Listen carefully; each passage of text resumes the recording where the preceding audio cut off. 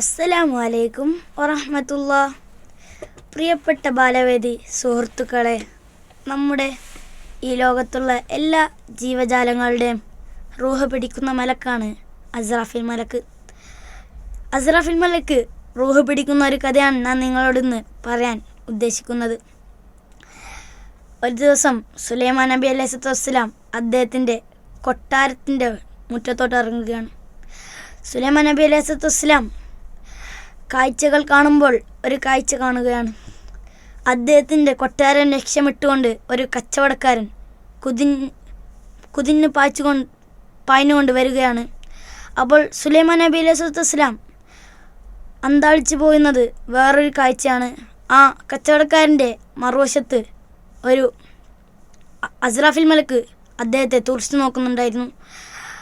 അങ്ങനെ ആ കച്ചവടക്കാരൻ സുലൈമാൻ നബി അലൈഹി വസ്സലാമിൻ്റെ അടുത്തെത്തുകയാണ്. സുലൈമാൻ നബി അലൈഹി വസ്സലാമിനോട് ചോദിക്കുകയാണ്, കാറ്റിൻ്റെ കൈകൾ നിയന്ത്രിച്ചുകൊണ്ട് എന്നെ ആ പർവ്വതത്തിൻ്റെ മുകൾ ഭാഗത്ത് എത്തിച്ചു തരുമോ എന്ന് ചോദിക്കുകയാണ്.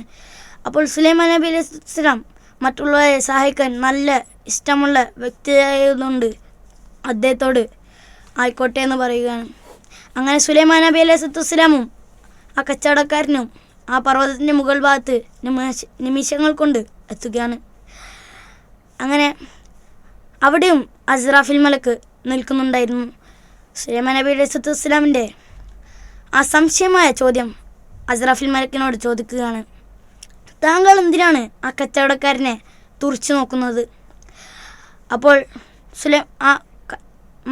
അസ്രാഫീൽ മലക്ക് സുലൈമാൻ നബി അലൈഹി വസ്സലാമിനോട് പറയുകയാണ്, എന്നോട് അല്ലാഹു സുബ്ഹാനഹു വ തആല ആ കച്ചവടക്കാരൻ്റെ റൂഹ് ഈ മല മുകളിൽ നിന്ന് പിടിക്കണമെന്ന് പറഞ്ഞിട്ടുണ്ട്. പക്ഷേ ഈ കച്ചവടക്കാരൻ നിമിഷങ്ങൾക്ക് മുമ്പ് കുറേ ദൂരെയായിരുന്നു. പെട്ടെന്ന് വെച്ച് അദ്ദേഹം ഇവിടെ എത്തുകയും ചെയ്തു. എനിക്കാകെ അത്ഭുതപ്പെട്ടു പോവുകയാണ് ഞാൻ. അങ്ങനെ അസ്രാഫീൽ മലക്ക് സുലൈമാൻ നബി അലൈഹി വസ്സലാമിനോട് പറയാണ്, അള്ളാഹുവിൻ്റെ കഴിവുകൾ ഒരു മനുഷ്യനും അതുപോലെ ഒരു മലക്കിന് പോലും വിചാരിക്കാൻ പറ്റുന്നതിനേക്കാൾ അപ്പുറത്താണ്. അപ്പോൾ നമ്മളെല്ലാവരും അല്ലാഹു സുബ്ഹാനഹു വ തആലയെ ആരാധിച്ചുകൊണ്ട് ജീവിക്കണമെന്ന് പറഞ്ഞു ഞാൻ എൻ്റെ വാക്കുകൾ നിർത്തുകയാണ്. വആഖിറു ദഅ്വാനാ അനിൽ ഹംദുലില്ലാഹി റബ്ബിൽ ആലമീൻ.